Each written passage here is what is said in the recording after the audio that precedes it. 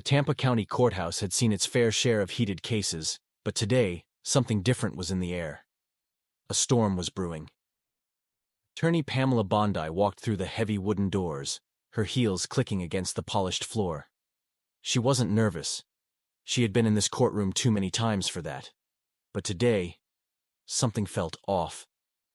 As she set her briefcase down at the defendant's table, she caught Judge Alan Prescott staring at her. Not her face. His gaze was locked on the small golden cross resting just above the collar of her blazer. The air grew thick, a shift in the atmosphere. Prescott cleared his throat, his voice cutting through the silence like a knife.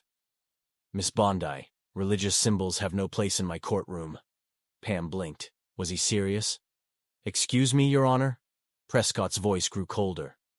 "Remove the cross, or you'll be fined." "A fine? For wearing a cross?" A murmur rippled through the room. Even the bailiff shifted uncomfortably. The court reporter's fingers hovered over the keyboard, sensing that something historic was about to unfold. Pam's fingers brushed the delicate chain. She had faced ruthless prosecutors, corporate giants, and power-hungry politicians. But this was different. This wasn't just about her. This was about principle. She squared her shoulders. "Your Honor, my cross is no different than a wedding ring or a lapel pin. You allow those, don't you?" Prescott's jaw tightened. "That's not how I see it."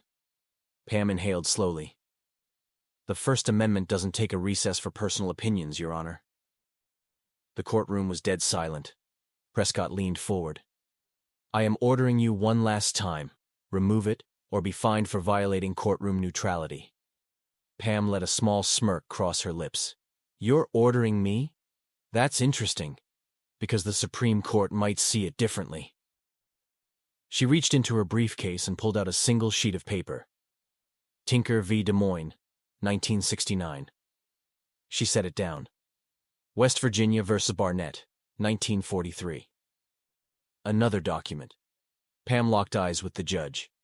Both cases ruled that government institutions cannot force individuals to remove personal expressions of belief. Prescott's fingers curled around the armrest of his chair. He was trapped. "Mark the fine as pending review," he muttered, barely audible. Pam tilted her head. "I'll take that as a temporary victory." But she knew one thing. This wasn't over.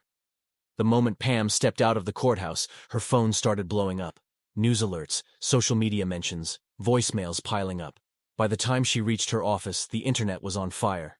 Judge Prescott tries to fine attorney for wearing a cross, backs down. Florida attorney schools judge on First Amendment rights. Twitter was ablaze. Conservative media called it an attack on religious freedom. Legal analysts dissected Prescott's mistake.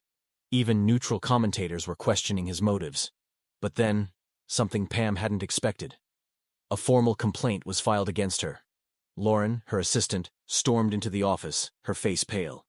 "Pam, you need to see this." She handed Pam a printed document. Pam skimmed the first few lines. Her pulse remained steady, but her mind raced. Attorney Pamela Bondi conducted herself in a manner that disrupted courtroom proceedings, challenged judicial authority inappropriately, and engaged in behavior unbecoming of an officer of the court. Pam let out a short, humorless laugh. "Unbecoming? That's rich." Lauren exhaled. "It's retaliation. Pure and simple." Pam leaned back in her chair, tapping her fingers against the armrest. Prescott had lost in his own courtroom. Now he was flipping the script, turning himself into the victim. A classic strategy.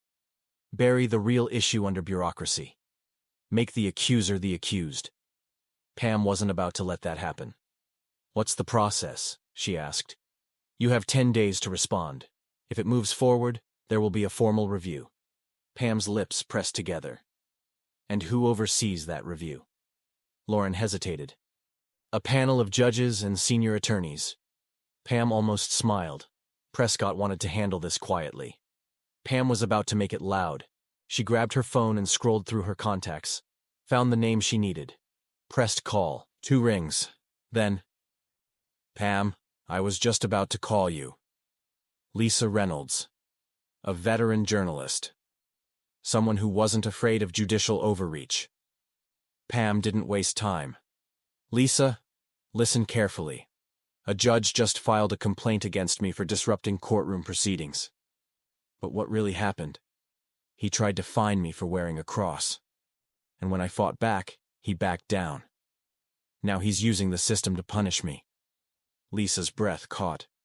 You're telling me a sitting judge is trying to sanction you because you stood up to his abuse of power? Pam's smile was cold. That's exactly what I'm telling you. Lisa didn't hesitate. I'm running this. And just like that, the game changed. Because Prescott had been counting on silence. Instead, the whole country was about to hear exactly what he had done. A week later, Pam stood before the Florida Judicial Review Board.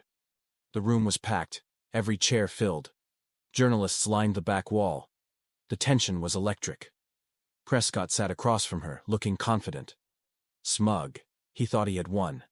Until Pam's attorney slid a thick folder across the table. Here is a list of previous cases where Judge Prescott allowed personal symbols in his courtroom, including wedding rings, cultural pins, and even a lawyer's lucky tie. Prescott's smirk vanished. The lead panelist turned to the judge.